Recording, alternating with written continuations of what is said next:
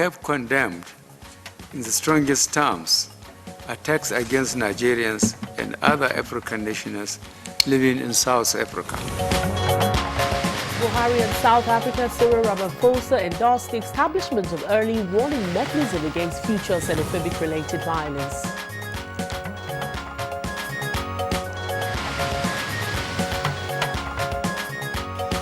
President Buhari to present 2020 appropriation bill to the National Assembly on Tuesday, the 8th of October.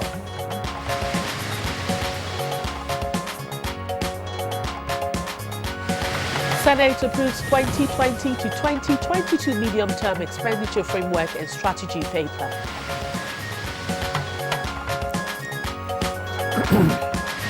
I'm a beneficiary of NHIS. It's not working as it's supposed to work, because you go to the hospital, you ask for drugs, they will tell you some of the drugs are not covered under NHIS.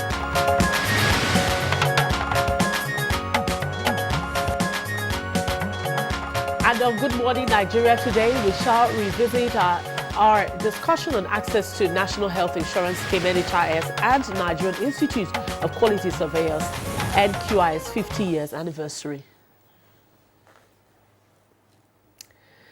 Now, the National Health Insurance Scheme, popularly called NHIS, is a health insurance created for Nigerians to access quality medical care from hospitals in any part of the country at a subsidized rate.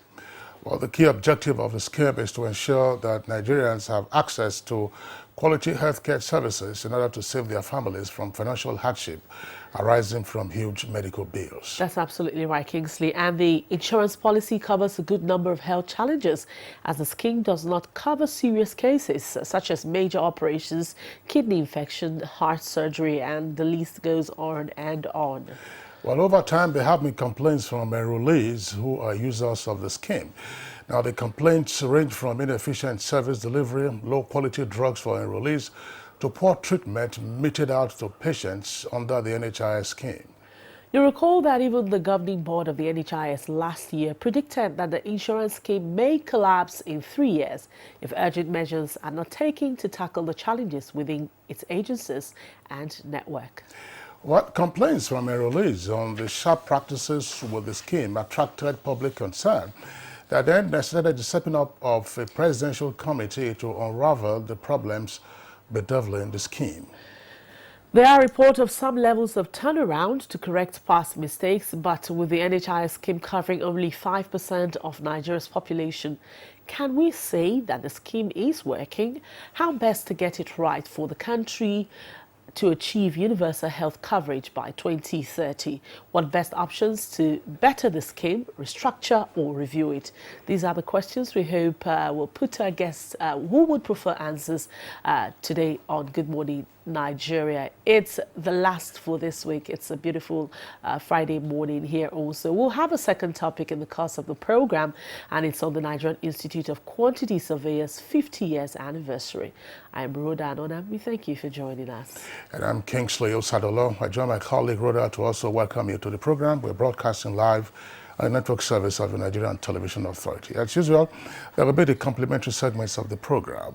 These include, of course, newspaper review, business, and others. For now, let's join Chimobi Water Energy for the morning news. Good morning, Chimobi. Hello, Kingsley and Rhoda. Good morning. And good morning, Nigeria. Here is the morning news.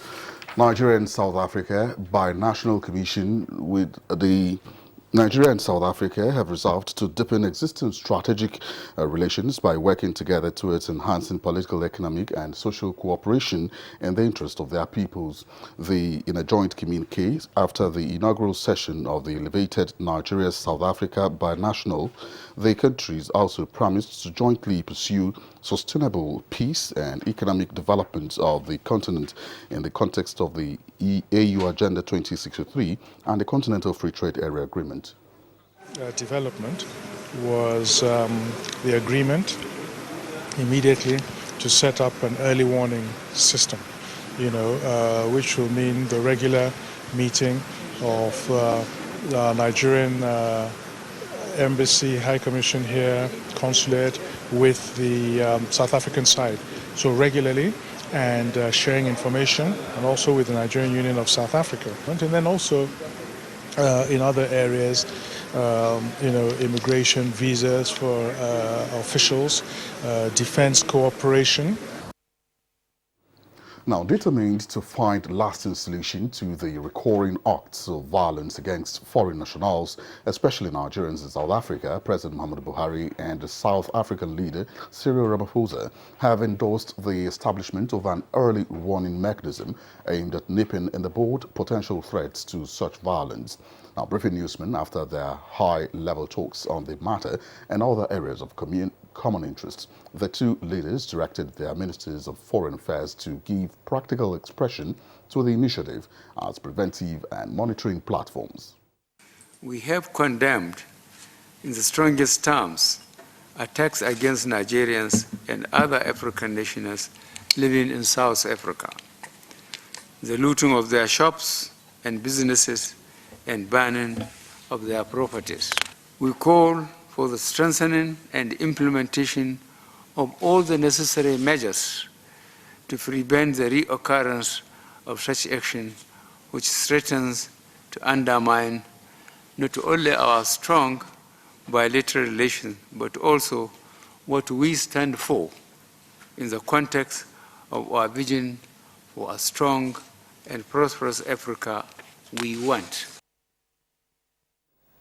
And back home in Nigeria, President Muhammadu Buhari will on Tuesday, October the 8th, present the 2020 appropriation bill at a joint session of the National Assembly. Now, this follows the approval of a presidential communication to that effect at the Thursday's plenary at the National House of Representatives. I crave the kind indulgence of the House of Representatives to grant me the slot of 1400 hours on Tuesday, 8th October 2019, to formally present the 2020 appropriation bill. Those in support of the motion, please say aye. Those against, please say nay. The ayes have it. And still with the National Assembly, the 2020-2022 medium-term expenditure framework and fiscal strategy paper approved by the Senate is positioned to enhance economic growth and ensure inclusiveness, promote economic diversification and ensure sustainable budget deficit level. The Senate approved 10.7 trillion naira for the 2020 budget as recommended by the National Assembly Joint Committee on Finance and National Planning. Go in there. Make sure that we harvest all the revenue that we are supposed to harvest, block all the leakages, we have more money. In our effort to raise funds to keep the country going, we should remember that there are some people that need to be encouraged for them to stand on their own. There must be prudence, there must be economy in the way and manner we do procurement.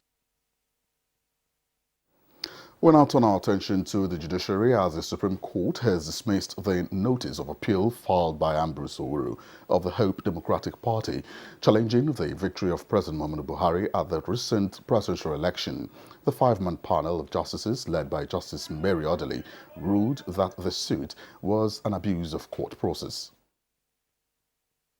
The judgment of the lower court, that is the petition tribunal at the Court of Appeal, has been affirmed. That's what the court said, and we thank Almighty God. The Supreme Court, that is the last court, has struck it out. And to other matters now, Vice President Yemi Osinbajo has appealed to the Nigerian labor leaders to show more understanding with the government and avoid embarking on any industrial action. The Vice President made the appeal when he met with some leaders of the Trade Union Congress at a closed-door meeting. And leaders of the delegation and the President of the Trade Union Congress, Kadri Olale, who says the union is on a courtesy visit to the Vice President and discussed issues bordering on the new national minimum wage, job creation and security, among others. To show understanding with the governments, but I'm telling you that we are going further to discuss with governments on better ways to achieve this, because Labour will not give an empty threat or an empty ultimatum. If nothing is done, I can tell you, come that day, Labour will still go on strike. No, they can't go on strike. They are Nigerians. Why would they go? We're opening up negotiation next week, and they will lay our books open for them to see. That is one of the things there. And those are the stories we're tracking this morning. Good Morning Nigeria continues in just a moment with Rhoda and Kingsley. To stay with us.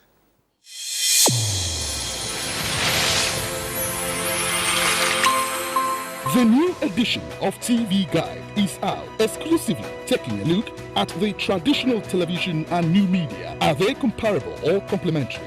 Media industry players give perspective on the trends, progress, challenges, and the way forward. Find out on this compelling edition of TV Guide. Expository interviews with stars of the team within our space. Becky Madojemo of NTA, Utibe Umore of AIT, Nifemi Oguntai of TVC, and a host of others. TV Guide, your indispensable companion. Also feature Yamodina. I'm the CEO, managing director of Yamodina Sister Restaurant. I choose to serve. Shut up your mouth. Let me finish. A TV drama series on NTA. Let's get to meet the characters behind Yamodina. This edition also presents exciting features on tourism, culture, entertainment, sports, health, and lots more. Grab a copy at the vendors near you or any NTA station nationwide. TV Guide, your indispensable companion.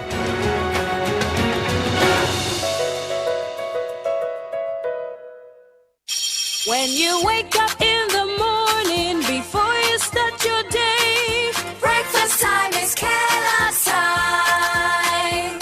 For work and for play, for a great start to your day, breakfast time is Kellogg's time. We always start our day with a nourishing Kellogg's breakfast, powered with the goodness of grains and 11 essential vitamins and minerals. So in our family, breakfast time is Kellogg's time. Breakfast time is Kellogg's time. All my fears are running. What we are really cultivating here is a better future for all Nigerian women. And it's not always easy. Panadol Extra relieves headache, backache, joint pain, toothache, and menstrual pain. The pain is worth it.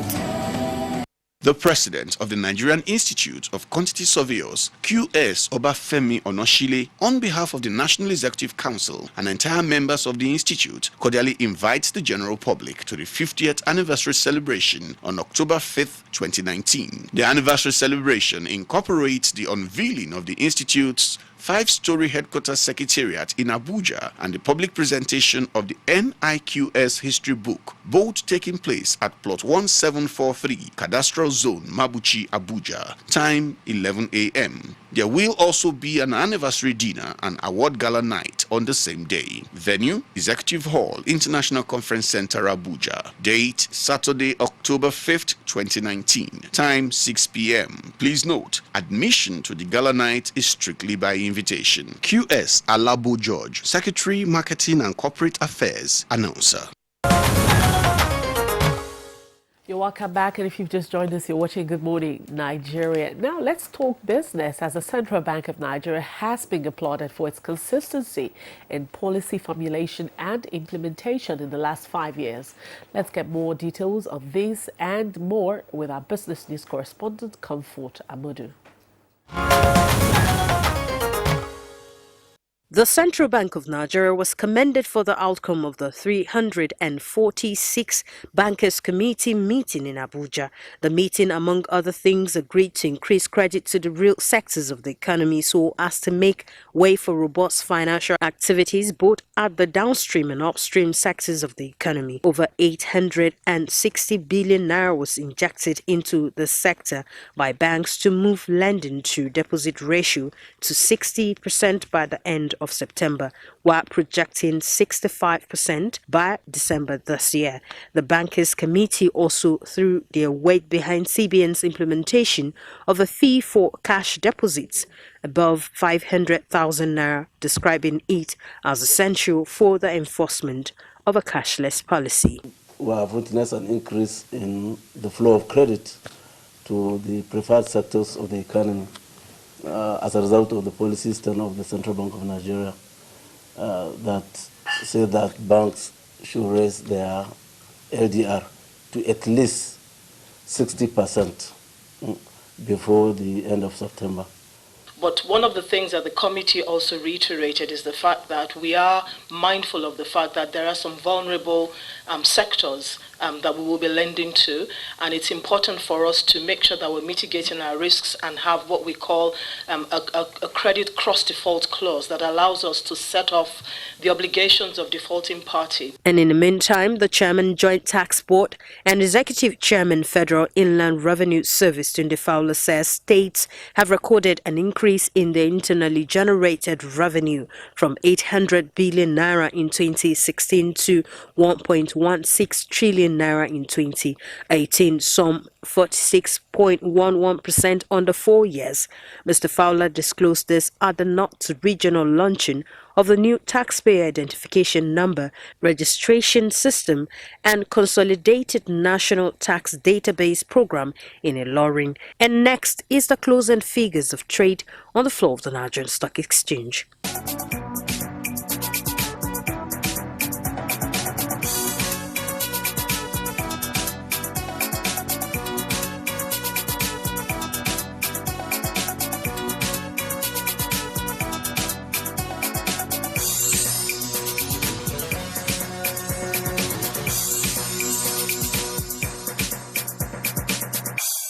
With Business News, Comfort Amadou.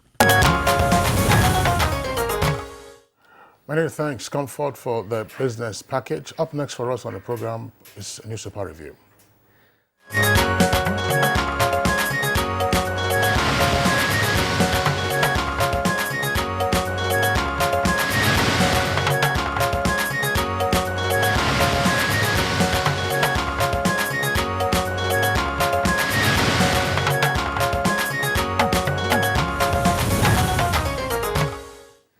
As always, to give more depth and more insight into our review is our regular newspaper reviewer, Bayo Atoibi. Bayo, good morning. Good morning, Rhoda. Welcome back on set. Good morning, Kinsley. Yeah, good morning, Nigeria. Have I really been away? Yeah, well, good to see you again. Thank you, Bayo. All right, let's begin the review very quickly with The Punch. On the Punch newspaper, just above the nameplate, it says, "Repay our support, open your economy," Buhari tells South Africa.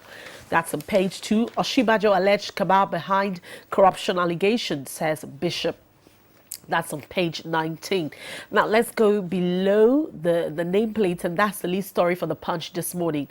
Nigeria's fresh appeal won't stop asset seizure. Nigeria's fresh appeal won't stop asset seizure, says P&ID. Nigeria must pay $200 million security deposit and 250,000 euro cost, says firm. That's the rider to the lead story there. And just beside the picture story is a Yuguda government mismanaged 200 billion naira ecological fund, says Bochi panel. That's on page 19. Gunmen kidnapped 6 pupils, 2 teachers in Kaduna. That's on page 14. Illicit substandard drugs kill 30 in Nasarawa, says NMA. That's on page 8. And now the picture story there, one I find quite interesting. The bridge of Abubakar Tafawa Balewa University, Bauchi, which collapsed in August. Of course, it made headlines. You see a picture there, the one beside the bridge that collapsed. The Nigerian Army engineers reconstructing that bridge. That's a good one. All right, Bayo, those are the stories that we have for now. Let's quickly look at those stories, Kingsley, before you take. Well, let's talk about the P-I-and-D, P&ID. Yeah. The perspective given by the Punch is only one side of the coin. Okay. There was a clarification that was given by the Honorable Minister of Information stating that the 200 million deposit is required to be paid to the court. And already the federal government team had appealed against that. Secondly, there is a 250,000 pounds sterling that's supposed to be paid to P&ID. That will be paid, but in the event that Nigeria wins its case, that money will be refunded back to Nigeria. So that side that was given is the side of the P&D, and the other side is that of Nigeria. So you have the two sides, and then you be the judge. But returning to South Africa, President Muhammadu Buhari and his South African counterpart have agreed that measures must be put in place to check future occurrence of attack against Nigerians and other Africans. As part of the communique that were issued, it was aimed at resolving that ugly incident that has threatened to sour relations between the two nations. President of South Africa again apologized for the incident and said that does not represent the South Africa. Meanwhile, Nigeria and South Africa are to collaborate in the area of development solid minerals and the mining sector. This was stated by Minister of Steel and Mines and Steel Development, Olamileka Libite. The minister, at the ministerial session, the minister says Nigeria has experience in oil and South Africa has just discovered oil and therefore they will benefit from Nigeria. On the other hand, South Africa has a lot of mining experience and Nigeria will be grateful to learn from them to avoid any pitfalls. The ministerial session was co-chaired by the Foreign International Affairs Minister of South Africa and our own Foreign Minister, Godfrey Onyema. The Binational Commission was established in 1999. Meanwhile, border closure has become a topic of concern. Yeah, Bayo, let me take these stories and then you can continue with the review because I have that story here on the front page of the Daily Sun. Yes. Daily Sun writes, as an earpiece there beside the nameplate, federal government makes U-turn on 30,000 naira wage. Minister hinges payment on retrenchment. And Oshibajo waits in. That's on page 8. Late story says gunmen abduct 2 teachers and 6 schoolgirls in Kaduna. With a rider, 190 victims of torture house reunite with families. Then below the photograph, xenophobia. Buhari Ramaphosa reach deal. IPOB alleges assault and arrest of members by South African police. NAS raises, that's National Assembly, raises 2020 budget by 729 billion naira. Passes MTEF and approves 10.73 trillion naira. Borders should remain closed until, and that's according to Shomole, details can be found on pages 5 and 38. Customs seal 6 car marks in Kebbi. And lastly, Army declares 22 soldiers wanted for running from Boko Haram. That's on page 12. Well, quickly, the issue of the smuggling, the Comptroller General of the Customs was before the joint session of the Senate and the House of Representatives, and he said the border closure is temporary, but it has been very beneficial for Nigeria. The Comptroller General expressed anxiety that initially he had fears that it will affect revenue. And guess what? In September alone, Nigeria collected 9.2 billion in one day. And since then, with the partial border closure, on the average of 4.7 billion to 5.8 billion has been collected daily. And significantly too, import into the Nigerian ports directly have increased. Hitherto, it used to be diverted to other West African countries. Meanwhile, it's sad that a school in the outskirts of Kaduna have armed men invading the school, taking hostage of 6 female students and 2 teachers. This is at the Kakao Daji at the outskirts of Kaduna, behind the Kaduna Petrochemical Refinery. The Commissioner of Police in Kaduna, Ali Danja, has warned owners of private institutions, especially those within the outskirts, to liaise with the immediate police vicinity with them for the purposes of security. They also demand support from information from citizens to help police. Meanwhile, the Senate is contemplating prohibiting personnel of the Nigerian military, police and other paramilitary from using AKTS, that is Abuja Kaduna Train Services. This is specifically to challenge them to be on the highway to eliminate the threat that is on the Abuja Kaduna Expressway. It may be recalled that about a week ago, some individuals, civil society organizations, demonstrated in Kaduna and said that they wanted all politically exposed persons to continue to use the Abuja highway in the event that their security detail will be able to clear the highway of the menace of bandits. You will recall that Governor El Rufai on one occasion was traveling and accosted bandits and had to follow them out of the highway. All right, Bayo, thank you very much. I guess that's the much we can take on our review this morning. Hopefully we'll see you again Monday morning. All right, thank you. You're still watching Good Morning Nigeria. We'll take a short break, and when we come back, we have 2 items for discussion on the program today. One is the Nigerian Institute of Quantity Surveyors. It's 50 years old, and of course, we'll be discussing that. And of course, the National Health Insurance Scheme. Stay with us.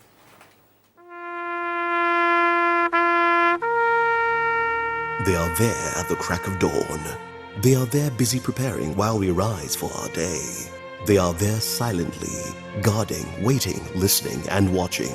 They are there ready in the sky above and the waters below, in the blistering heat of the day, in the dead of night, willing, indefatigable, determined in the defense of the sovereignty of our country. They are our first line of defense and our last. They who have paid the ultimate price in defending us. They are fathers and uncles. They are mothers and sisters and girlfriends and boyfriends. They are brothers and cousins and best friends and neighbors. They are classmates, colleagues, and citizens of this nation. They are our defenders and deserve our respect, our prayers, our thoughts. Nigeria, please support our armed forces.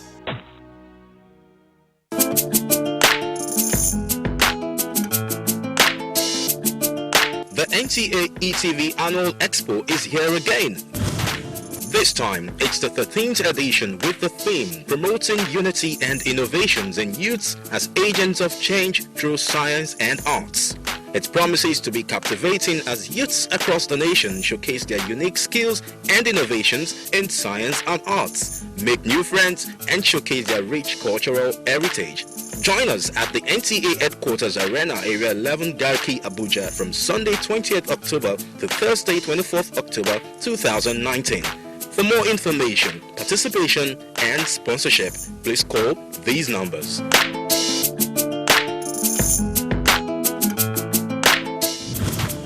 NTA ETV, promoting learning.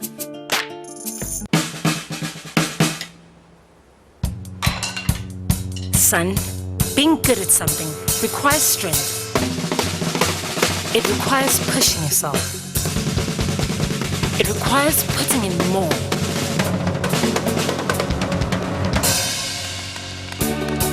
That's why the new improved Bornvita is packed with vitality and a great taste.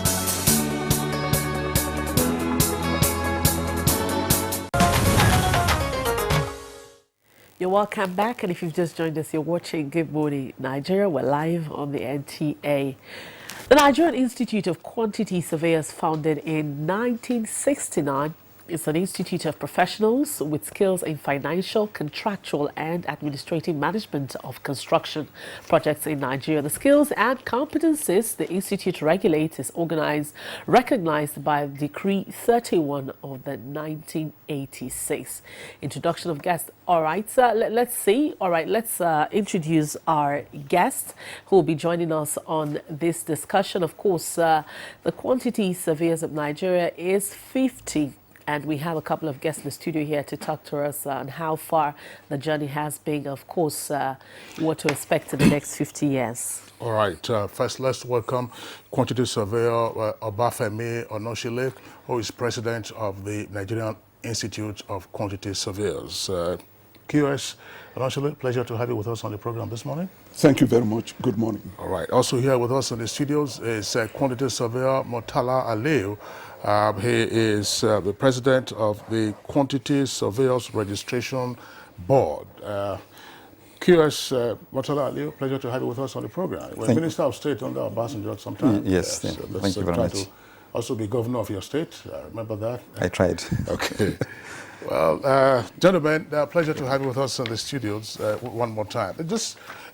You Institute of Quantity Surveyors, you also have Institution of Surveyors. What is the difference or similarity between both, and therefore who is a QS? Thank you very much. Surveyors generally, we are a family of experts in properties. Now we have many types of surveyors: estate surveyors, land surveyors, quantity surveyors. Now, quantity surveyors are more involved in construction. We are the financial, contractual, and administrative experts in construction, all forms of construction. Whereas the surveyors, that in quote that you said, are land surveyors who are involved in land matters, land mapping, land divisions, land delineation, and sales of lands, demarcating lands for sales. So those are land surveyors, and also for road construction and what have you. But they are more involved in land matters, whereas estate surveyors are involved more in built property matters. So that's the difference. So 50 years on, what is the story of the quantity surveyors as an institute in Nigeria? 50 years on, now we have a species of experts in about up to about 10,000 managing construction costing, legality, and administration in Nigeria. We started in 1969 with less than 30 members that came from UK, trained in UK, and started the profession in Nigeria. In those days, training was done abroad. But now, in the last 50 years, we've been able to now undertake the training of quantity surveying in Nigeria. We have over 62 institutions teaching and training in quantity surveying. Also, when we started, professional qualification was done under the British organization RICS, but now the institute is able to also do its own professional examination and recognition and etc., which is one in Africa. We are the leading quantity surveyors in Africa, and also we are now at the front line of quantity surveying worldwide. The Institute is involved with many international organizations, and we are the leadership of those organizations. All right, Manchala Nyako, let's get your thoughts on this. Aliyu. Let's get your thoughts on this. There's been a lot of issues with building collapse in the country, not just lately, but we've been having it over time. It's just that there's just been an increase in it. How do you think, as quantity surveyors, you can help to stem this tide? Well, the building collapse issue is actually an industry problem. It starts from the designs. We need to get the correct experts to design buildings. We are in a country where experts are not usually recognized. People just poach on designs and put them on site without really knowing the particular peculiarities of what informed that design. So it starts from the design part. The one other issue is the issue of compliance to regulations. We have development controls, like we have one neighboring you here. Sometimes when you pass buildings, you find them marking them stop. Now, before any building is put on the ground, it's supposed to have gone through these compliance issues to ensure that they've conformed to all the requirements of design. And then the construction, the use of the appropriate material, because after the designs, in our Bill of Quantities, the quantity surveyors will always now state the specific materials that should be used for particular locations and buildings. And these are sometimes circumvented by builders during the construction. So all this accumulates into a poor quality output at the end of the day. And then also the management of the construction, because there's supervision aspect. So these are things that we need to put, and especially the compliance issues, where the regulatory authorities now, step down their function or compromise their functions. We'll continue to have that. There's another aspect also, the issue of urbanization. These clusters we have, suburban areas, where people construct disorderly, are sometimes also responsible for these things. So as quantity surveyors, we are not directly involved in the structural aspect, but we are a part of a team that will ensure that the correct things are done throughout the process from design through to delivery. The current, if I may just add, the current construction laws regarding building collapse and building failure is very defective now. We're still using the Factories Act of 1974 to control construction sites. Now, NIQS has been championing the need to reform that law. We need to have more current laws that are enforceable, even the mode of enforcing it. With the Factories Act of 1974, they can only come to mark your building and give stop order, but they can't force you to stop. They have to still go to court with you. But whereas with this update of the law we're talking about, the reform of the law, they are all spelled out. You can't even start it. All those things are spelled out in the draft of the new law that we have said the Federal House of Assembly should pass. We've sent the bill in. Okay, one aspect that is very critical for us, I mean, in looking at the Nigerian environment, considering your role in the financial, contractual, and administrative management of projects, BOQ. Everybody who's familiar with construction knows what BOQ is, which is to say bill of quantities. In the public sector, why is it that Nigerian projects are, as it were, one, if not the most expensive ever to undertake anywhere in the world? People will tell you, we have guests who come here, everybody decries it, that, road construction, most expensive, railway construction, most expensive, bridges and all kinds of things, public structures, local, federal, and state governments. What is the role of the QS in these figures that people always complain about? Thank you very much, moderator. We are very concerned. We, as the body of quantity surveyors, we are very concerned when they talk about Nigerian construction costs being the highest. The fact that it is true. We went to the Villa, Aso Rock, to meet the president, to also say, yes, we are aware, and we provide solutions to this. First, we spoke about the non-delineation of professional functions in public sector. You have others wishing to do quantity surveying jobs. The bill of quantities you are talking about is recognized all over the world as a safest mode to coordinate construction. But in Nigeria, we have something called BEME. It's never heard of in any other country. So that's one of the problems. What does that mean? Because I don't even know. It's an aberration to be brought into our industry. I don't even want to say it. We know the truth. Bills of quantities should be used. Who does the bill of quantities? The quantity surveyor, but they are prevented from coming in to establish to produce this bill of quantities. Now there must be a mandate to allow quantity surveyors to prepare this bill of quantities for public projects, especially the infrastructure. That's where we have major capital expenditure, roads and etc. Quantity surveyors are not there yet. But we're asking that the government, the federal government, should look into this and ensure this delineation of roads and also quantity surveyors taking charge of cost control. If quantity surveyors are not being made to control costs, the control will be very faulty. Where we have designers also doing cost control, there's no separation of duties. And we all know about separation of roles and separation of duty, division of labor. That's where you can have the best management.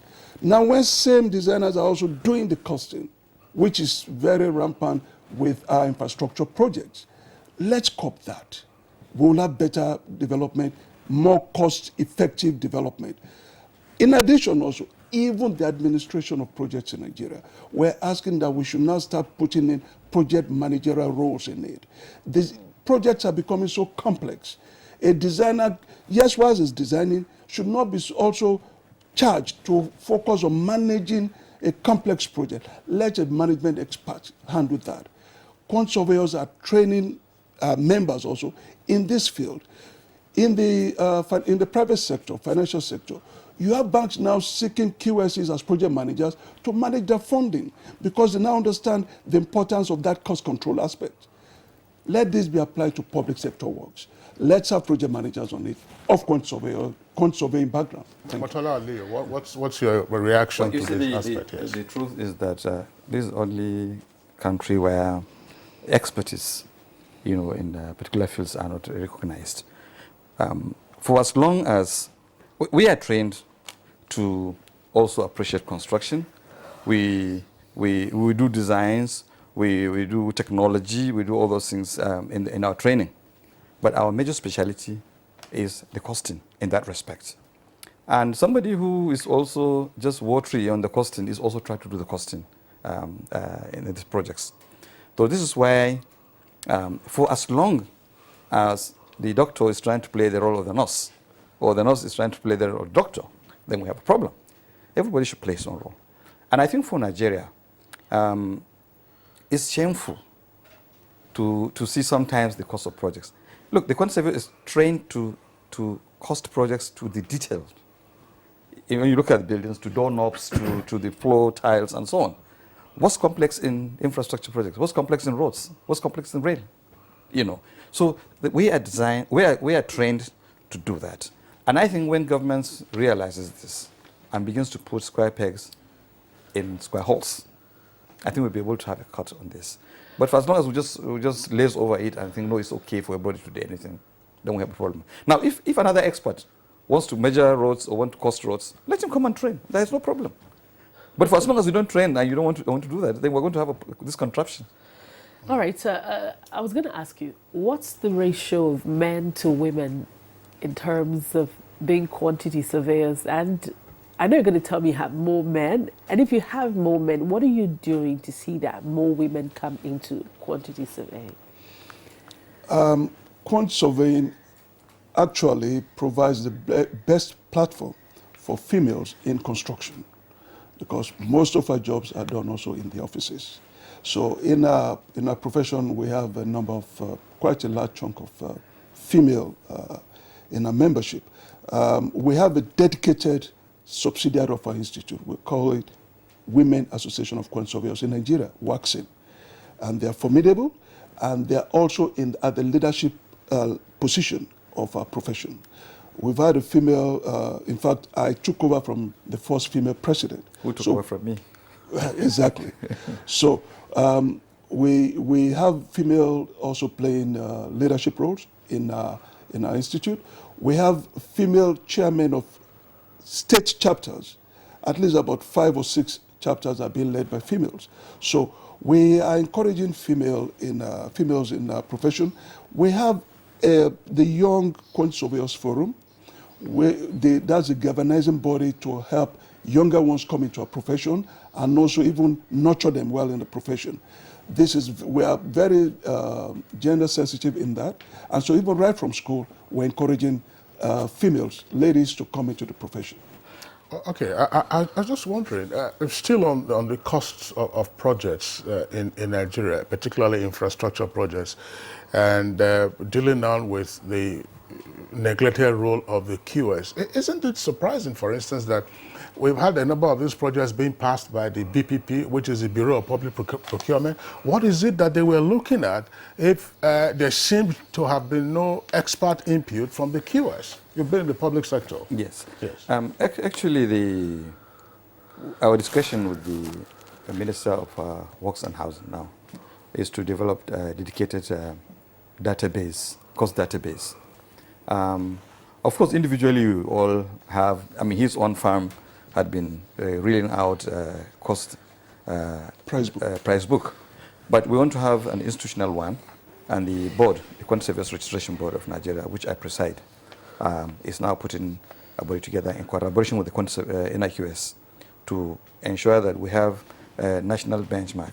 Ordinarily, the BPP is supposed to collaborate with both the institute and the board to ensure that we have these benchmarks applied. So there's an effort going on to ensure that we address those issues. All right, as of now, we have a QS even leading the BPP in Nigeria. The current head is a QS, and recently, a month ago, it was in the papers that he's been able to save Nigeria tens of billions of dollars in reviewing contracts that were about being started on site. So we are still there trying to curb this cost. The man is doing a good job. Well, what should we expect to see in the next 50 years? The next 50 years, if Nigeria is very serious about prosperity, we should be seeing lots of construction in Nigeria, property investment, and our members should increase in more number to provide this for the nation. We hope that's part of our transformation plan, and having more membership in our institute, and right now also we're talking about international benchmarking of our skills. Recently, we just signed a reciprocal agreement with Canada Institute of Quant Surveyors. Nigerian quantity surveyors are now at par with any QS from anywhere. So in terms of local content, we have it. So in the next 50 years, we hope to build up on this and even take charge of promoting cost control in African construction. Africa is the future. And so that's our part. All right, Obafemi Onashile is the president of the Nigerian Institute of Quantity Surveyors. Thank you very much for coming on the program. It's a pleasure. And also a very big thank you to Murtala Aliyu, the president of the Quantity Surveyors Registration Board. Thank you very much. Thank you. We wish you a wonderful celebration and congratulations. Thank you. All right, we'll take a break now. When we come back, of course, we'll be discussing the National Health Insurance Scheme.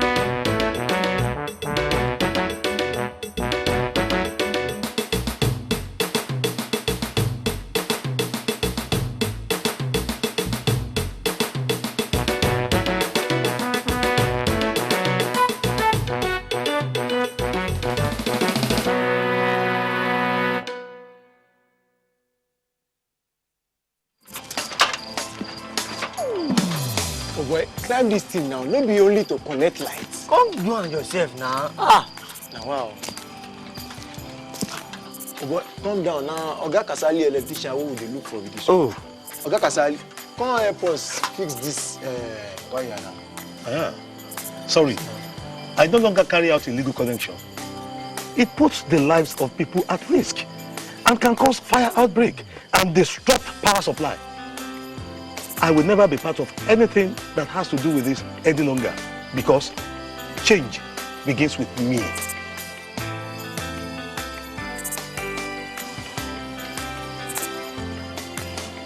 Oh boy, what you mean talk makes sense.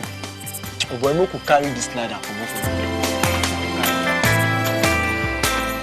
This message is brought to you by the National Orientation Agency in conjunction with the Federal Ministry of Information and Culture. All right, you're welcome back and you're still watching Good Morning Nigeria. Now, to kickstart our conversation for the topic access to NHIS this morning, here is a Vox Warp on a release experience about the scheme, and it has been put together by Oyeyemi Ajayi.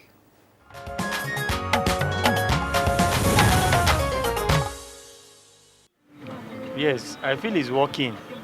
At the same time, you know, the program needs to be comprehensive. What do I mean by that? You know, once you go to the NHIS accredited, you know, hospitals now, the services they provide is usually minimal. It's not usually comprehensive. They'll just give you malarial and typhoid drugs. When it comes to bigger health problems or challenges like eyes or teeth, like as I'm talking to you now, I'm having challenges with my teeth. And the doctor just told me, go and get toothpaste. You understand? So the problem, that scheme is not really comprehensive. You understand? Eyes, teeth, you know, other sensitive parts of the body. For me, I'm a beneficiary of NHIS. And I have seen a lot of people, as also a medical practitioner, benefit from it. It is working. I am really happy about the progress so far. That some people have been incorporated. It's not just those that are government staff or those that are working for government, civil servants that are having access to the health facility, but individuals. But it can still be better. The level we are now, we are progressing, but we need to do better. We need to do a little coverage into the rural areas. These are the people that need these facilities more than the rich. The poor, people are dying. They don't have money to go to the hospital. These are the people that really need a lot of, what will I call it? A lot of compensation with health services. To me, it's not working as it's supposed to work, because you go to the hospital, you ask for drugs, they will tell you some of the drugs are not covered under NHIA, so it doesn't make it work at all.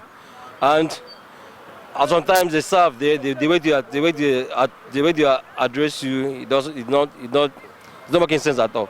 The way forward is to make sure all the drugs are covered by NHIs, because like we that are staff, that they're getting money from our salaries, and we hardly go to hospitals. Each time we go to hospital, they make sure what we want, we get it.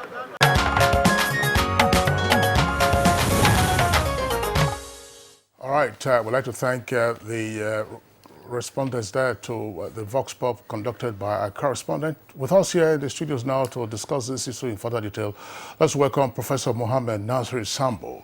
He's the Executive Secretary of the NHIS, that's the National Health Insurance Scheme. Professor Sambo, pleasure to have you with us on the program. Good morning, viewers. Also here with us in the studios is Dr. Kolawole Owoka, who's Managing Director and CEO, United Healthcare International, one of the health maintenance. Is it HMO? HMO, is it maintenance or management? Maintenance organizations, that's right. Thank you very much, Dr. Walker. Pleasure to have you with us on the program this morning. Thank you for having me. Last but not the least, Dr. Philip Ekpe is Managing Director, Ianya General Hospital, and is the chairman of the Nigerian Medical Association, NMA, FCT chapter. Dr. Ekpe, a pleasure to have you with us on the program. Thank you, sir. Okay, now you just listened to the comments by a cross-section of Nigerians with regard to what they think the NHIS is doing and how it is doing. What's your reaction in the first instance, Professor Sambo? Good morning, viewers. Let me thank you very much for bringing me to this very important station to discuss issues that borders on the National Health Insurance Scheme. National Health Insurance Scheme is a scheme established by the government of the Federal Republic of Nigeria in 1999 through then a Decree 35 to principally assist people in curbing financial hardship in settling medical bills. Because it has been observed that many people have no access to healthcare delivery system, and the healthcare delivery system occupy the highest pinnacle in the development agenda of any nation. Health is wealth, and a healthy nation is a wealthy nation. Any country that has not been able to provide healthcare services to its people, that country is not worth to be a country. A lot of effort has been put in place to ensure the establishment of the National Health Insurance Scheme. I need to trace the history so that so that we can put the context in proper perspective. As a result of difficulty of getting health care by the people of Nigeria, it was recognized that there is need to have other multiple of healthcare financing options. Hitherto, the financing of healthcare delivery system was largely on the federal government or state government or local government. But it was recognized that government will not be able to finance the healthcare delivery system. That is why health insurance is introduced. The health insurance is introduced based on the principle of social justice and solidarity. Because if healthcare financing is largely driven through budgeting, whereby money is being expended to build hospital, to employ staff, and to supply drugs only for people to go to seek for the healthcare and will not have access to the healthcare. That is why other options of healthcare financing came into being, that will allow for pooling of resources and pooling of risk. Once people are organized in that kind of solidarity, there is no question of people going to seek for healthcare, and the health system will say there is no drug. Yeah, but you listen to the comments of Nigerians speaking a while ago, and some persons will say that the views that they expressed are almost clearly representative of the experience of persons who are supposed to be beneficiaries under the NHIS. What's your reaction to those comments? It is true that people will have a complaint in the process of getting healthcare delivery services, going through the evolutionary processes of the establishment of the National Health Insurance Scheme. The National Health Insurance Scheme law was crafted in a way initially to allow pooling of resources, where you have a very buoyant fund that will allow sharing of risks and sharing of resources. But if you look at the beginning of the National Health Insurance Scheme, the law was not made compulsory. And many states actors and organized private sectors that are supposed to join the National Health Insurance Scheme refused to. So it was only allowed for federal government employees to join the National Health Insurance Scheme. And if you look at the whole principle why we are talking about pooling, you have a vast resources in the organized private sector, which is supposed to come together. And when you have a scheme whereby the only beneficiaries are federal government employees, and you look at the salary of the federal government employees, which is pooled, and is expected a proportion of the salary, it is said that 10% of the total of the basic salary, and 5% to be paid by the employers, 5% to be paid by employee.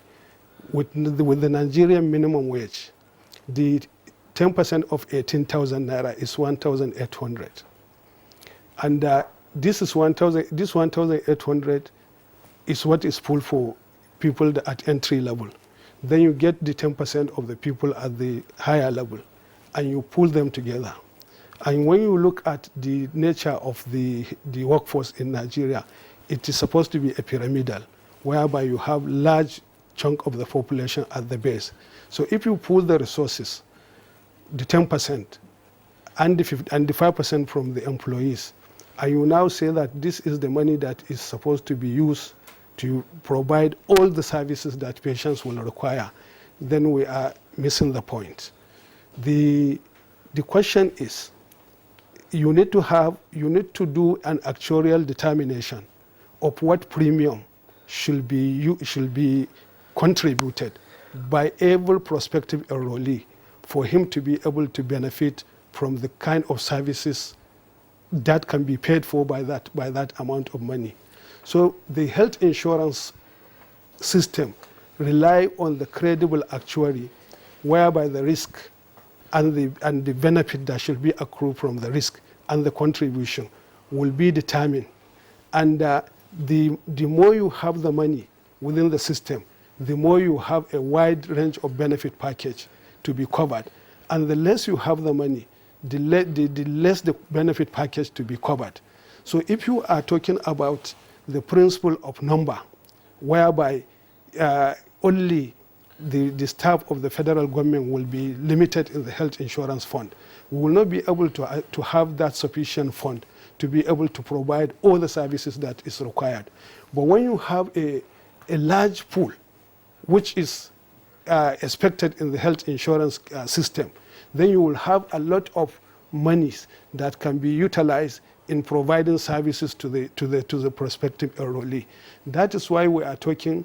That's why all the stakeholders in health insurance and in Nigeria are talking government to make the health insurance law mandatory, so that everybody should come on board, and every resources can come into one pool, so as to share that risk and the benefit that should be accrued. So it is not surprising that NHIS will develop a benefit package that will not be all-encompassing. If we are to restrict NHIS to be only for the federal government employees, and only the federal government fund is the one that will go into the corpus of the National Health Insurance Scheme. All right, Dr. Ekpe, let's get your thoughts. You listened to the Vox Pop, what people had to say, and also to what's your experience been like at the Nyayan General Hospital? What was your interaction being, having NHIS there? Well, thank you very much. NHIS is a very good and laudable program for the country, for the Nigerian people. But unfortunately, maybe because of the limited coverage, there's a lot of problem at the provider's end, especially in the public hospitals. Yeah, I just told you, the ES have just mentioned to us that it covers only the federal government employees. So now, if you look at it, majority of patients that are being treated, about 70%, are not federal government employees. These are private sector, private people. You know, that is the informal sector, the communities. So these are the major people that need to be covered, and they're not covered. So if the people who are supposed to be covered are not covered, probably we have to claim the responsibility that it's a failure on the part of government, because they've not done what they have to do for the common people. The people who are working in government have the money to pay, but the individuals who sell akara on the street cannot access care. And these are the real Nigerians that need to be taken care of. So our experience there is that, yes, those who are working with federal government, those who are working with maybe organized private sectors, they get their health bills are covered, they get paid by the NHIS, by the HMOs. But the real people, the gate man, the Merua, whose wife is pregnant, cannot be taken care of. So it boils down to the same thing, that there is a big problem, and that is why, according to the ES, what he said, and the repeal with the presidency, that NHI should be made mandatory, so that there will be more fund to be able to cater even for the vulnerable and for those who cannot. And of course, we should also look at not just that mandatoriness, but other sorts of fund, because health is wealth. You know, if you have a healthy workforce, the country will move forward. And so we should also begin to look at other points, like 1% from the telecommunication. If it is made for health, that will also be good. Look at, okay, increasing some level of 1% VAT, probably from alcohol, from cigarette smoking, and channel it to health. The only other caveat I will have to say is that we must also make sure how to monitor that huge amount of fund, because it's no gainsaying that there's corruption problem in the country.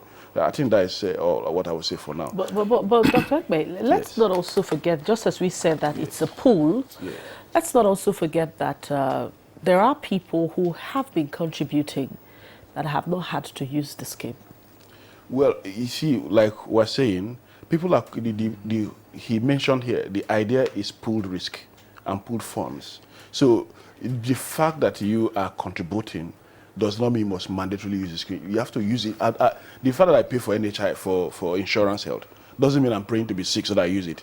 Let those who are sick should use it. But the more that people comes into it, the more the availability of fund. The fund can even be so much that the man that is lying on the street can be treated. I mean, it's happening in NHS in the UK. It's happening in Europe in different places. You understand? So the basic thing is that limiting the NHS to just the federal staff worker or organized private sector makes it less than 10% of the population that is being handled.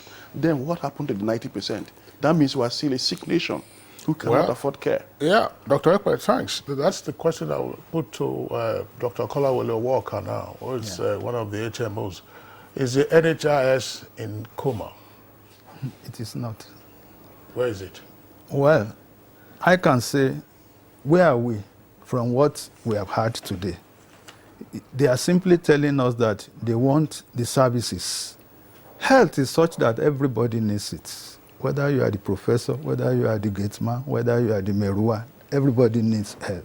So government has no choice than to follow what the developed world do. And what did they do? They are very simple things. 1883, Germany made it compulsory. 1883, not 1983, not 2003. 1883, Germany made it compulsory. UK made it compulsory 1948. Japan made it compulsory in 1922. So Nigeria has no choice. If we really want to give health to our people, make it compulsory. That's number one. But you have seen what Trump did to Obamacare. Well, these are things we continue to talk about. Strengthening the health system. I think I get annoyed whenever I see a governor or anybody taking money. Oh, I want to buy bed here. I want to buy. Those are supply side. Supply side will never satisfy us. Look at all our military regimes. When they come in, they tell you, oh, we have a hospital that is now more than a consulting center. And you think that such type of somebody who has taken over, the first thing he should do is make sure that everything is proper. Yes, they will go and do what is called supply side. They will buy bed, they will buy theater, they will reform. No, health has gone beyond that. Health should be a system, and you refine and continue to refine it. And when you get whatever the people who are benefiting tell you, that tells you which buttons you still need to put. So for now, where we are, we need to bring more money into health. We need to bring more people into health. Because in 335 BC, a physician said, when health is absent, wisdom is gone. Intelligence cannot be applied. And strength is helpless. So you see, everybody needs health. We need to divert resources into it, and we need to make sure that we are strengthening it, because we have a system we are following. This is where we are. Those basic principles, I believe, cannot be disputed, Rhoda, in terms of, health being wealth and the fact that you have to strive to provide for the health of your people. But our specific focus this morning is on the NHIS, that is the National Health Insurance Scheme. Good. And I would like to repeat my question to you on the basis of what we, gather from persons who are enrollees in the scheme, and then when they try to access healthcare, what their experience has also been. What has been the role of the HMOs? Because there are allegations. We've had to discuss this topic on Good Morning Nigeria in the past. There are allegations that the HMOs do not make onward transfers to the healthcare providers. I think it's hype and a lot of misleading information out there. There are two ways by which HMOs are supposed to pay providers. The first is called capitation. That is the number of enrollees each health facility has. That capitation is per capita, per number of enrollees. It's 750, because now we are all coming together in synergy and opening up everything. I'm supposed to pay you 750 for every enrollee you have. So if you have 1,000 enrollee, that means... When you say 750, what do you mean? 750 naira. For one enrollee? For one enrollee. For a month? For a month, yeah. You pay for what? Is it for consultation, for medication? Drugs? Very good. We call it capitation, to take care of primary services. Namely? Namely, anything that you don't need to refer or you don't need to be admitted, that is not in the benefit package that shows enlarged services for referral. 750. 750. So wow. You see that's that the cost of a recharge card. That is why one of the things we are also talking is, it is all the stakeholders that need to sit together and see how they can increase the tariff and know how they can. And that is just for capitation, to take care of primary services. But when you say primary service, sorry, when you say primary service, does that include if you have to, like you said, you're not on admission, but includes blood test?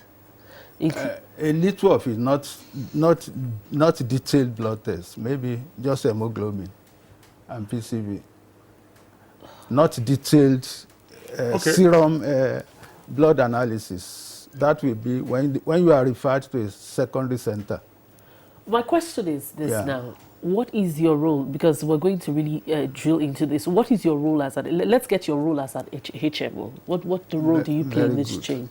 Our major role is to make sure that there is quality of health services in those hospitals. Okay. So that is why some money is paid to us to be given to them. Okay. And there are two ways by which we pay them. The first way is what I've told you, capitation. Mm-hmm. When I was president of IMCAN, I made sure that that capitation was paid 100%, and we have proofs for it. So anybody who says they are owing him capitation today should please raise the flag. Nobody is owing capitation as I'm sitting down talking to you, even now. Then the second payment is called fee for service, and this is where the drama is. That you are just telling me that 750 is small for capitation. Do you know how much they pay for enrollee for fee for service? 112 naira 50 kobo. So if you are admitted, what does that cover? Very good. That is supposed to cover if you are admitted or you have serious operations or anything. 112 naira 50 kobo. Look, Dr. Ekwe, is this a joke or something? No, well, I think... I mean, we just say, because when you look at these numbers and you look at the economic realities, you are not getting it right. Yes. Let's get it this way.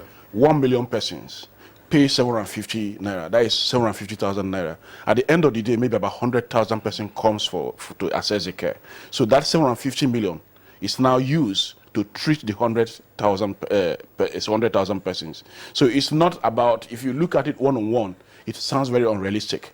But this is insurance. So we're looking about pools and the number.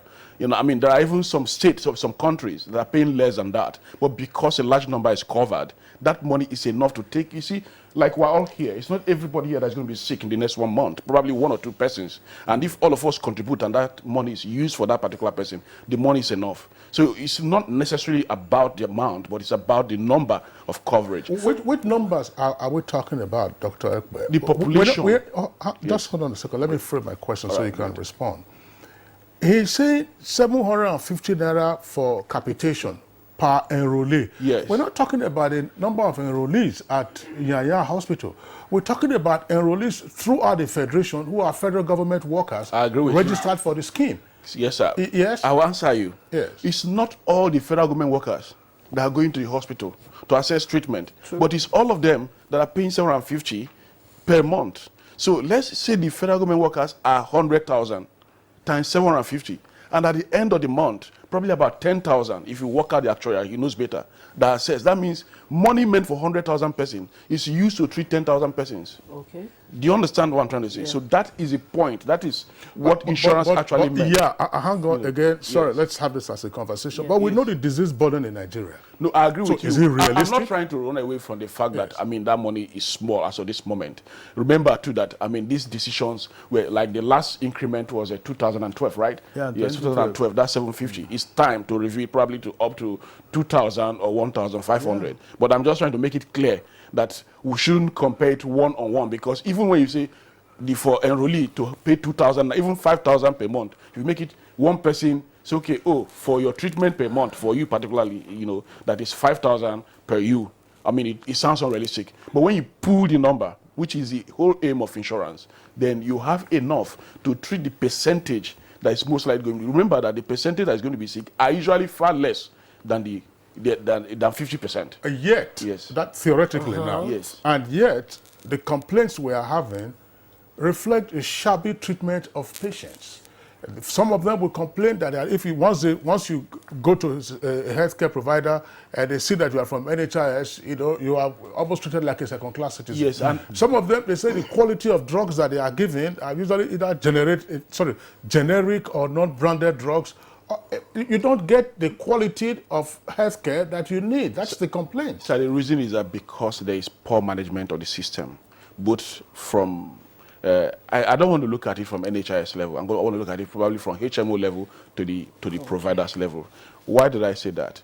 First of all, majority of the hospitals who are supposed to do secondary care and tertiary care are doing primary care. Now, the more enrollee you have, the more availability of fund for you to offer quality care to patient. But if you have less enrollee, then you are tired, you cannot do so much. And you find that, and once you are spending more in treating the patient, you are in business. Health is also part of business. It's not necessary, it's not free. Even if it's a social system that has to be supported, it's not free. So when an NHIS patient comes to an hospital that is poorly funded in terms of insurance funds, definitely they're going to be under treatment.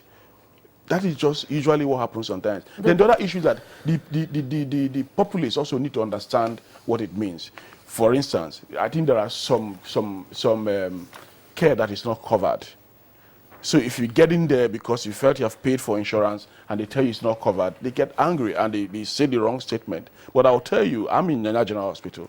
Those who are entitled to health insurance, they get it and they're happy, and it's a saving grace actually for some of them. So it is what we should encourage, increase the population enrollee, make it mandatory, and then the workability is also very, very important. And that is why they do the training of providers to understand how insurance work, so that it will be seamless, because quite a lot of times, a lot of bottlenecks. For instance, you may have to make some calls to get a code to be sure that this person is covered, to be sure that this person is paid. All those are some delays. That's an issue we're going to really, because I've seen instances where somebody needed an emergency CS, and there we were trying to call, get NHIS, trying to get a code, and that took almost a whole day. Those are some of the bottlenecks that we'll talk about. But then I'd like the CEO to come in. Dr. Sambo, what's your take on this? Yeah. Thank you very much. I think people need to understand the underpinning principle and philosophy behind the health insurance. As rightly pointed out by my colleague here, the health insurance survives on pooling. When we say 750 naira, we don't mean that you pay 750 naira and you get all the services you require. If 1,000 people pool, we pool 750 from 1,000 people. The epidemiological trend, what I mean, the frequency of diseases in human population don't occur at the same time. You don't have people having malaria, all the enrollees having malaria at the same time. Or you don't have all the people that have contributed having appendicitis at the same time. You have all contributed for this month. And some proportion of the contributors will get malaria. Some proportion will get appendix. Some appendicitis. Some proportion will get typhoid fever. So if you have done a very good actuary, you will have a good idea of what is the trend of diseases in your own population and how much is a unit cost to cater for that. So once you have your actuary, you will have a contribution based on that actuary that will cover the disease profile that is happening in that community. So it is not done by offhead. It is done based on data, where you have a data that shows the risk of the occurrence of diseases and how much is it to cater for those diseases. So if you have an actuary that is well calculated, people will be coming to the healthcare facilities. You may even have a situation whereby somebody who has contributed for 1 year, he has not had any cost to seek for that treatment. But his own contribution will be used by somebody who is sick. That is why we must understand this concept if we are to understand the way and manner national health insurance schemes work. So by the time you have that actuary, you will cover population without any hitch. But if you look at the contribution from the workers with very meager minimum wage, you cannot get all the 100% of his salary and say this is a contribution for health insurance. You have to take the proportion of that small amount to put it in the pool. So when you put it in the pool, the actuarial scientists will tell you that the amount so accumulated will be able to cover this number of benefit package. Then coming to the issue of capitation, when you pay a capitation, the whole idea, there are so many ways you reimburse healthcare providers in health insurance, either through capitation or through fee for service or through other means. There is what is called per diem, P package, and so on and so forth. The whole idea of giving a primary healthcare provider capitation is to ensure that based on the number of people that have been earmarked for that healthcare facility, they will go and seek for services. And primary healthcare services, including malarial treatment and basic diseases that are treated under primary healthcare, will be provided to them. And after that primary healthcare services, they will be referred. So in the primary healthcare, we don't normally receive complaints with respect to capitation, but we do receive a lot of problems with respect to fee for service. And that is why that is where we are working in health insurance to ensure that those complaints that we receive, we have taken care of them. Let me give you an instance. The guideline of national health insurance says if you are to be referred to a secondary healthcare facility, you need to obtain a code from the health maintenance organizations, and you need to get that code within 24 hours. If you get that code, you now move to the secondary healthcare facility. If you don't get that code, you cannot move to secondary healthcare facility. I think when I was reviewing this guideline with my staff, I realized that there is a lot of lacuna in this situation. How can somebody, a patient, be waiting for 24 hours to be referred into secondary healthcare facilities? So the proposal that we are putting on table now is that if you are to be referred, HMO will be notified, and within 6 hours, HMO must give a code. If HMO is not able to give the code, you call NHIS center, we will give you a code. We will generate a code for you to go and seek for healthcare services. And since we are the people that are paying the HMOs, we will ensure that that money, that facility is reimbursed for giving you services. These are some of the modifications that we are trying to bring up in health insurance. Who regulates, supervises the HMOs? National Health Insurance Scheme. My colleagues say that there is no problem with National Health Insurance Scheme. I don't believe so. I am 80 days in the National Health Insurance Scheme, and I know that the capacity of NHIS to regulate activity is very, very weak. That is why even when HMOs do add, you can hardly bring them to book. And this is not unconnected with the current structure of the National Health Insurance Scheme. You have a scheme with 103,000 people. 40% of those staff are residing in the headquarters. Only 60% are scattered across the 36 states and Federal Republic of Nigeria.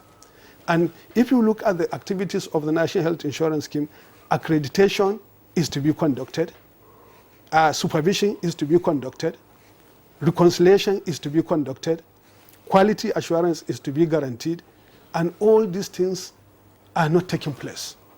Or some of them are taking place, but very irregularly. Because when you have a situation whereby you expect people from the headquarters of the National Health Insurance Scheme to go to Lagos, to go to Ebonyi, to go to Zaria, to go to Kaduna, and regulate activities, that is not going to work. So the regulatory function of the health insurance as currently established is not designed to work. In fact, Professor Mohammed Sambo, thank you very much for what you have said. If you have 40% or more of your staff at the headquarters, and they have to supervise the outlying locations, that is the way the public service works. Because when they travel, they will get DTA, duty toll allowance, and then that fattens their pocket. Absolutely. And so on and so forth. But even more connected to what you are saying, is the NHIS structured as a business, or is it just structured as another parastatal? You've been talking about actuary. I mean, that's the foundation of actuarial science. For you to make forecasts as to, human beings, life of human beings and occurrences and so on and so forth. Elsewhere, where the health insurance scheme works, you have accountants, you have business managers, you have actuaries, who are all involved in all of this. How much of this kind of personnel do you have in your system, and how well equipped are they to function? This is a very tough one, but I will attempt to answer it. At the time when the National Health Insurance Scheme started, you don't have the mixture of the kind of human resource that is required to drive the National Health Insurance Scheme. So many people were brought in. But when they were brought in, the level of capacity building that took place was very weak. And that is why the organization is weak, and that's exactly what we are trying to do in the National Health Insurance Scheme now, to be able to strengthen. When I'm appointed in the last three months, I came up with agenda of rebranding the organization, which is anchored on 3 pillars. Number 1, value reorientation, in order to strengthen the organization to be credible, to be able to perform its stewardship function. Number 2, to engender transparency and accountability in the entire operation of the scheme, right from the level of the National Health Insurance Scheme to the level of recipient that is also susceptible to defrauding the scheme. So if we don't have that value chain of transparency and accountability, we should forget having a very good health insurance. And number 3, to accelerate drive towards realizing the health for all by the year 2030, which is a presidential mandate, which is a mandate of the Sustainable Development Goals. Yes, ma'am. I'll come back to you, but very briefly, I'd like Dr. Oka to also come in here. Is the HMO in charge of getting drugs, drips, injections? Who's in charge of that? Who does that? Providers. Healthcare facilities. So who regulates the quality of drugs that they bring in? Okay, let me quickly mention what he said. That we are using generic drug. We need to let people know that generic drug does not mean that they are inferior. They are not. They do the same thing. And it is an international standard to use generic drugs. It's not just in Nigeria. Our job is to visit those providers and see that what they are giving out to people is the correct drugs. Okay. We do that. How often do you do that? Oh, we even send, once we know that somebody is admitted, we have nurses, we call them concurrent utilization nurses, who visit them on the bed, who visit them during the... We even have some people that we place on major hospitals like National Hospital, Federal Medical Center, and so on. We have them there. And if you look at some HMOs, many of these centers, apart from having people there, we even give them free telephone to call, but so that they can always reach us. See, I just wonder, the same question I asked Professor Samba, I'd like to ask Dr. Kolawole. Yeah. What is the capacity of your own personnel, even as an HMO? Do you also have your business managers? Do you have your actuary experts? Do you, because it's a total package. Yeah, we are a private organization. Just hang on a second. Earlier you were talking about Japan, Norway, Germany. You excluded the US, but of course I reminded you. But elsewhere where these things work, you will see the number of professionals from a broad range of fields, mostly business, of course, including medical personnel, the finance experts, and so on and so forth, even working in HMOs. What level of capacity of staffing do you have? We have all those, I can assure you. So how come we're having these challenges of you paying providers? That is what I'm saying. I was trying to explain to you, there are 2 forms of payment. There's nobody is having any challenge about capitation payment. That is 100% paid, and I'm sure he can attest to it from what he has. But it could be better when NHIS embarks on what is called a robust IT. With that robust IT, he can sit in his office and monitor, just as the CBN can monitor all the commercial banks. He can sit in his office and monitor everybody, the HMO, the providers, and even so that he knows how the money moves. That's number 1. The fee for service, we all need to sit down together and say, look, this fee for service, they need to increase the money. That's number 1. Then number 2, we need to let them know, especially the providers, that those days when a provider thinks he can write any bill and get it is over. Nowadays, any bill a provider writes, you have to look at the tariff, whether it obeys the tariff or not. Then 2, you have to look at the pool, how much is restricted for that. Because if we are not watching the pool, it will burst. So our job is not just looking at that quality, we are also looking at cost containment. And we are also looking at customer satisfaction, whether the enrollee is satisfied or not. And that is why I said at the beginning that we have started a system. We all need to sit down and see how do we strengthen that system so that all the processes can be better. Because what the enrollees are saying is that they are not enjoying some of the processes. Not some. No, not just some. There's dissatisfaction. I say this because so you were saying... our job, all of us We've been doing this we've been on this now. It's been effective since 2005. Yeah. That's 14 years. But in a few months, we'll be into the 15th year. And by the way, as a provider, has anybody sued you, for... Well, no, not really, but like there are still a lot of complaint. You know, let me just correct an impression. There could be problem at the policy level of NHIS, and there could be problem at the logistic level. But what I said is that for those patients who are able to access NHIS and get treated, they have that level of satisfaction. That's who just go through it. For instance, maybe somebody who comes to do antenatal eventually gets elective cesarean section done.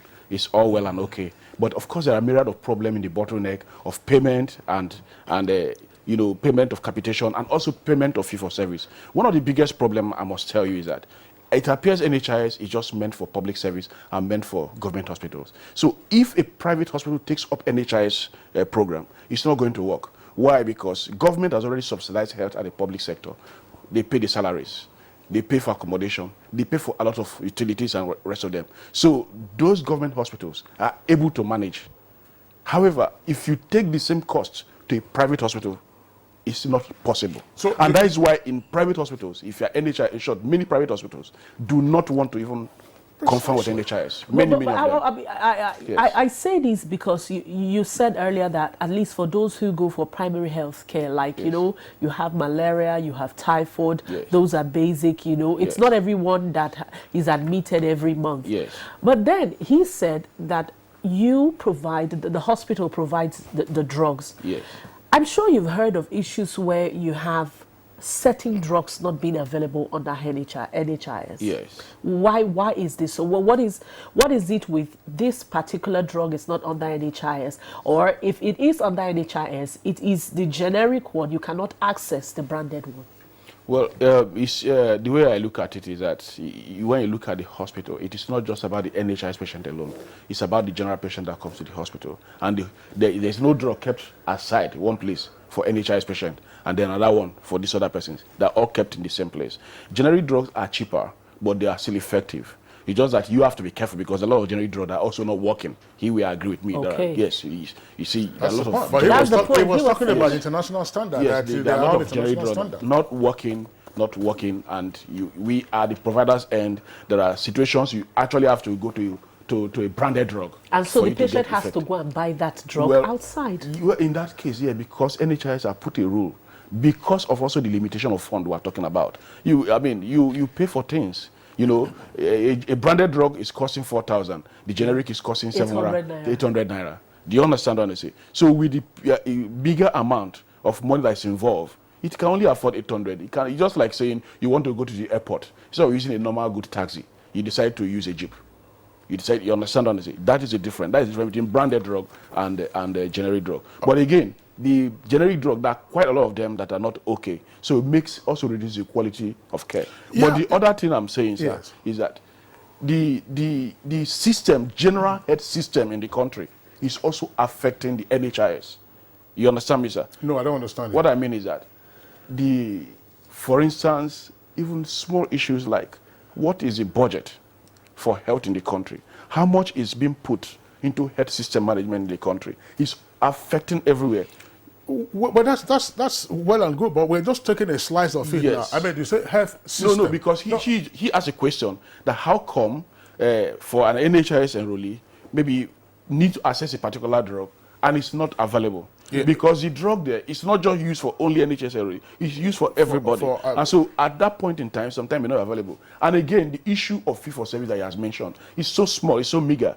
And when you consume such a drug too, you know, it makes it not available because you're spending much more on a very small amount of premium. Dr. Ekpe, thank you very much. I'm happy you referred to the healthcare system in the country. Yes. A system has component parts. Yes. It's one component part that we are discussing now, which is NHIS. And the ES, you know, has very rightly, along with the other guests, put his finger on what some of the core problems are. You can look at it if from the root of NHIS, how it was conceptualized, configured, and then made to function. You just have persons who have jobs, but probably not cognate experience required to drive this kind of health insurance scheme. We have already tweets that have come in from our viewers. We take those tweets now and, continue with the conversation. Ahmadu Mangai tweets, the NHIS scheme, NHIS is a scheme. It's a laudable program that has a lot of benefits. Unfortunately, the implementation of the program is staggered, as only federal government workers seem to be the major beneficiaries. The scheme should be made all-inclusive and publicized adequately. And this one is from Solomon. He says the scheme will go a long way to help Nigerians if properly harnessed. Many people do not know importance of the scheme. I believe more orientation needs to be done, especially to the people at the rural areas. Thank you very much for bringing up this topic at this time. Now, Utulo Sunday, the scheme will go a long way in helping many Nigerians if properly harnessed. Many people do not know the importance of the scheme. I believe more orientation needs to be done, especially to the people in the rural areas. Mike Anyoku says, for federal civil servants, the NHIS is best. My humble self and my family are accessing it through my wife, a civil servant. The big question is, how about healthcare for every citizen of the country? How about delays in settling primary providers of NHS?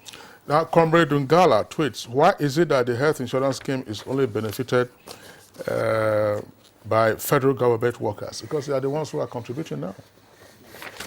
And all right, I'm just wondering, Francis Obi, that's the next one. Okay, he says, I believe the full implementation has dragged, even though the scheme is very good. It should be taken to both states and local governments. Abbas Abubakar Saad, now, this has to do with making health service available to families across the nation. But unfortunately, many families don't access it due to the fact that there is no adequate sensitization about it. On the part of government, budgetary allocation and releases to health are not adequate. The late Jack Solomon says NHIS is, as an implementing a regulatory organization, has also suffered from ineffective leadership, lack of succession plan, and a poor governance structure over the years. That's why investment in the scheme has not resulted in equitable access to healthcare and improved outcomes. Sadly, just like it bedevils many of our national life, corruption in NHIS is threatening seriously the efficacy of the scheme. Providers, especially at the primary healthcare level, are often not paid. That's a big blow to the scheme survival. All right, this one is from Abdul. He says the scheme is laudable, but implementation has been hampered by widespread corruption. Those providers responsible for its implementation have not lived up to expectations. They cut corners, hence only a few benefit from the scheme. Complete overhauling is needed. Law Alpha say many Nigerian workers and citizens alike are not abreast of the workings and modus operandi of this very important scheme. So effective sensitization and consultations are urgently needed to carry along all classes of the Nigerian populace. And this one is from Sani Michael Omakaji. Says, ideally the scheme is supposed to be a benefit to civil servants, but the current situation that the federal workers are in priority list to the disadvantage of state and local government workers is unacceptable. Perhaps there's need for the scheme to be restructured for all workers' benefit. Professor Sambo. Thank you very much. Because the conversation starts with the problem of the enrollees. That's why I think the whole discussion is not flowing the way it should. But let me quickly tell you that the health insurance started with the federal government employees.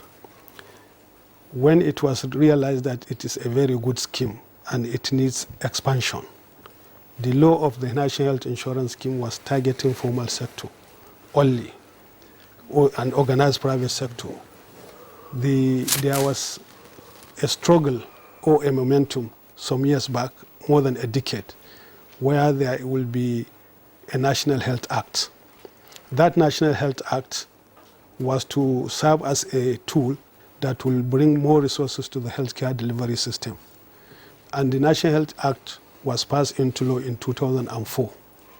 And by last year, 2014.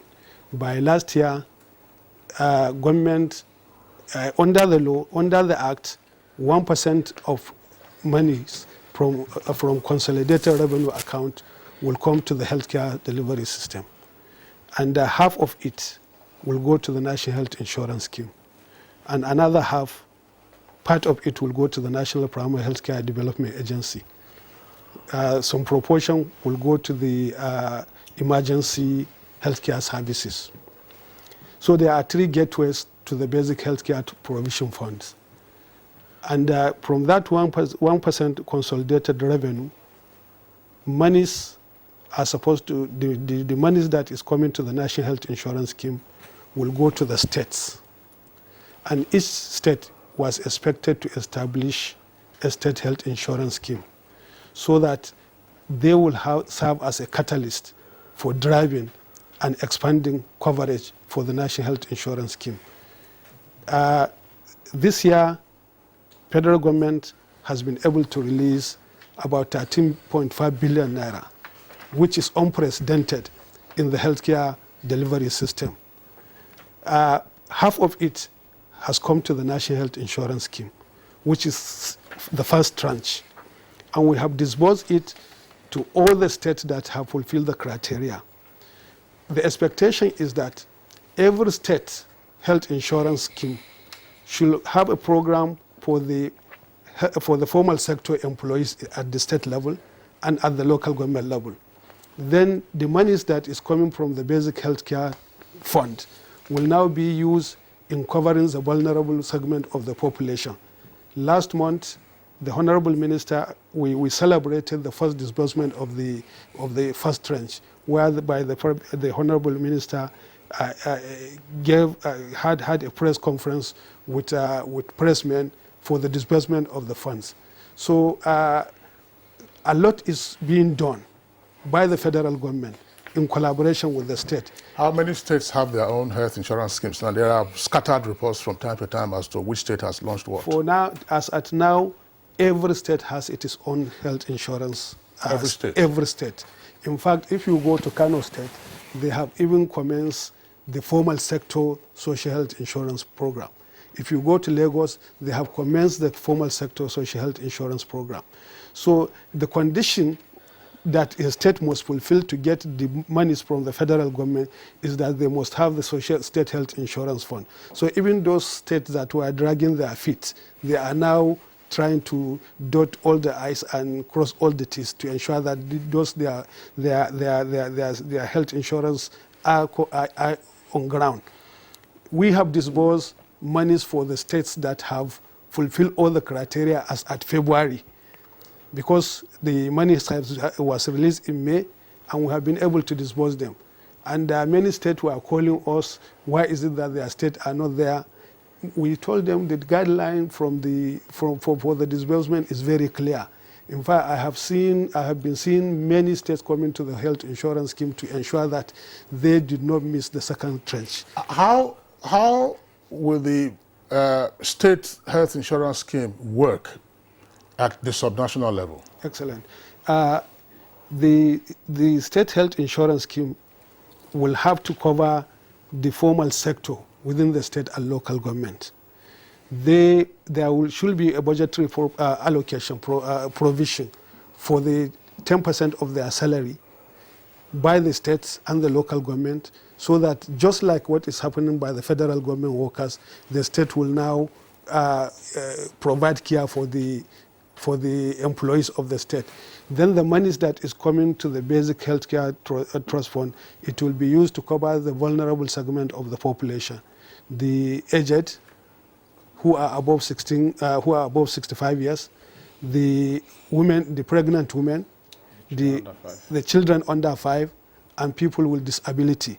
So by the time those states are fully on board, and you now have this program for them, Nigeria will be talking about acceleration of Doctor, coverage. Are the HMOs in liaison with the state health insurance schemes, or they have a new mechanism for operating their own scheme? Why not? How is it working out?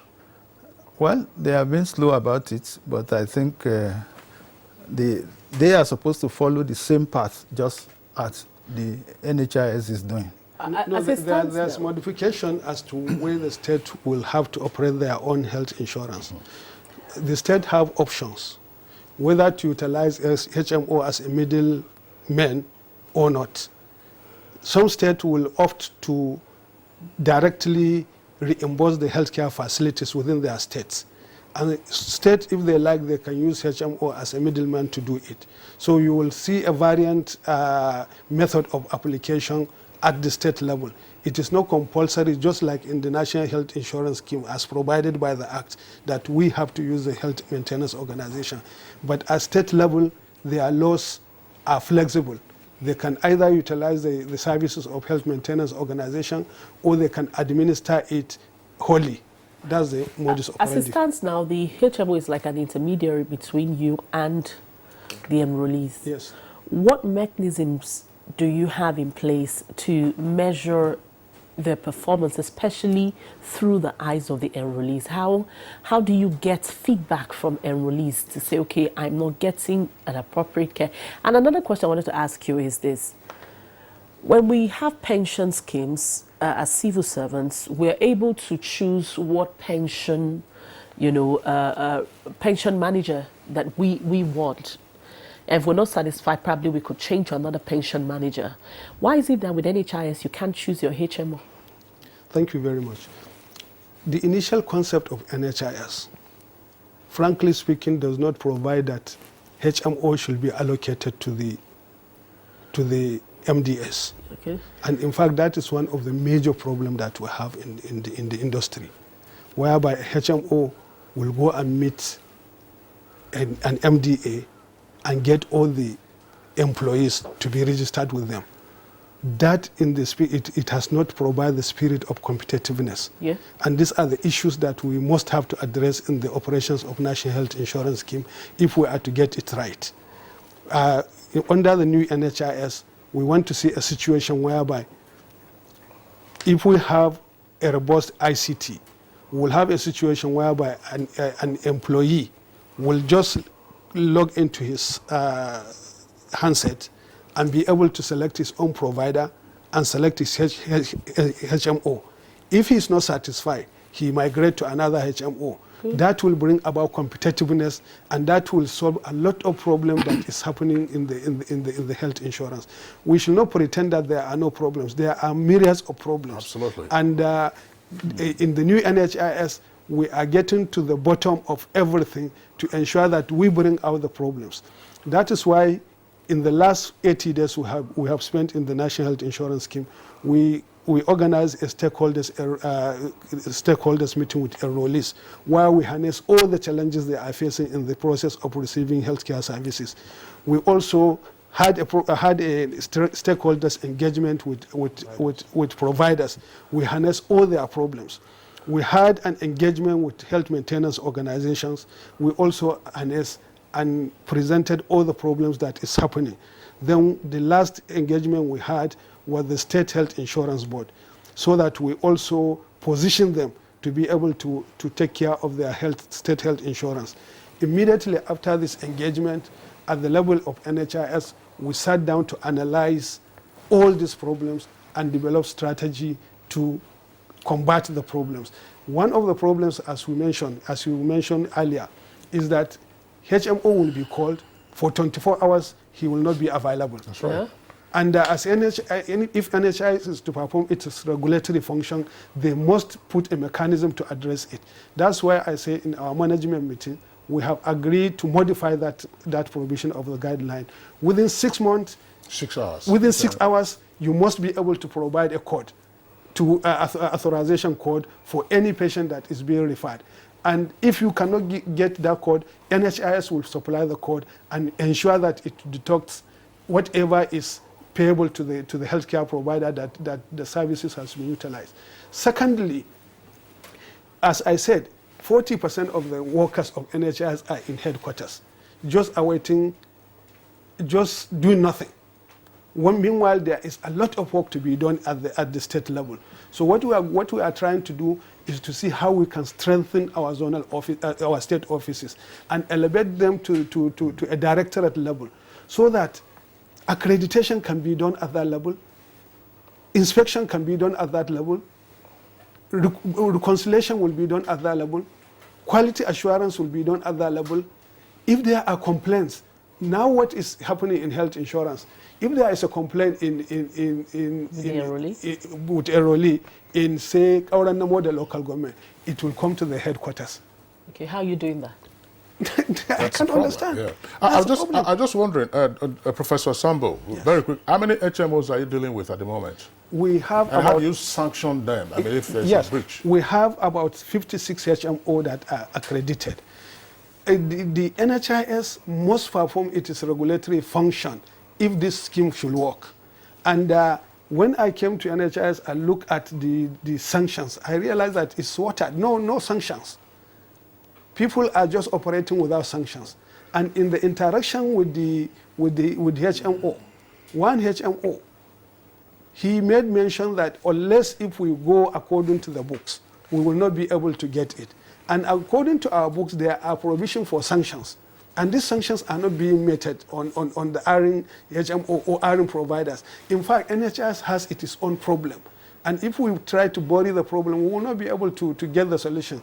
One of the problems that NHS has, I will tell you, the payment system, when hitherto, it used to be on quarterly basis. You pay HMO on quarterly basis in advance so that by the end of the month, they can be able to pay all the providers. And when the enrollees go to look for services, they will not be denied services. Somehow, that payment system was changed. Then NHIS now changed it to monthly basis. And you realize that when I am going through the book, I realize that that payment on monthly basis is not sustainable because there could be a delay on the part of the National Health Insurance Scheme. And that will affect the HMO. And once HMO has not getting the monies, he will not give to the healthcare providers. And the clients that will go in the first week or second week, they will be returned. That monies for capitation has not been paid. So what we are trying to do, we look at that problem and we have developed a solution to that.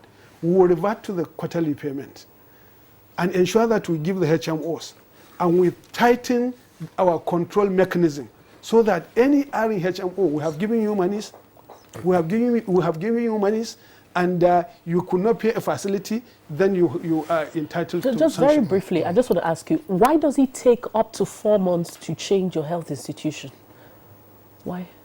I see no reason for that. 4 months. That is okay. I need a pediatrician. Okay, I'm using a healthcare where you don't. They tell you, oh, the pediatrician we have is no longer here, and so I need a pediatrician. I say, okay, I want to change my health facility. Yes. It takes about 4 to 5 months to do that. These are some of the things that, to my mind, are detrimental to the National Health Insurance Scheme. If we have a mechanism whereby people can switch, but in switching, you see all these things that we are talking. By the time we have ICT-driven NHIS, which we are working very hard to get it, it will be a thing of the past. Because changing, maybe you are an enrollee from a far distance, it will take the NHIS state offices are not functioning. Things have to go to the federal level for you to be able to get that. It's very difficult. But now if we strengthen our state offices, and if you have a complaint, you can get into the state office and your complaint will be addressed. There is no reason why somebody will spend 4 months wanting to change his provider. Professor Sambo, very quickly, the monies that NHIS is wiring to the state health insurance schemes, who monitors the utilization to be sure that indeed that is where the money is going for? Because we have seen federation account money goes to the local governments, and we have seen what has happened to local governments in this country. Yeah, there are multi-layer process of monitoring. First of all, NHS is interfacing with the state health insurance.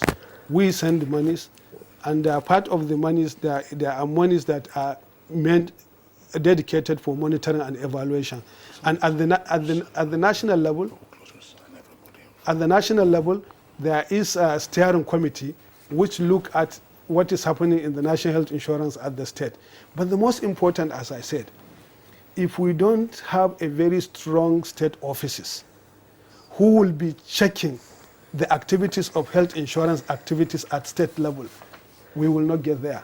All right, let's get the closing thoughts of Dr. Ekme. All right, thank you very much. Maybe I'll look at it from both angles, from providers' end and NMA's end. As providers, we hope that there will be the health insurance should be mandatory so that all Nigerians are covered. And at NMA's level, we are looking at universal health coverage. It's only with mandatory health insurance that we're going to be able to achieve some level of universal health coverage. And we're saying that the federal government should increase the budget to health. You know, they're doing, but it's not enough. They should do more to increase the budget for health. Yeah. Thank Dr. Uwoka. Yeah, thank you for this message, because we want a lot of awareness created. Let people know their responsibilities.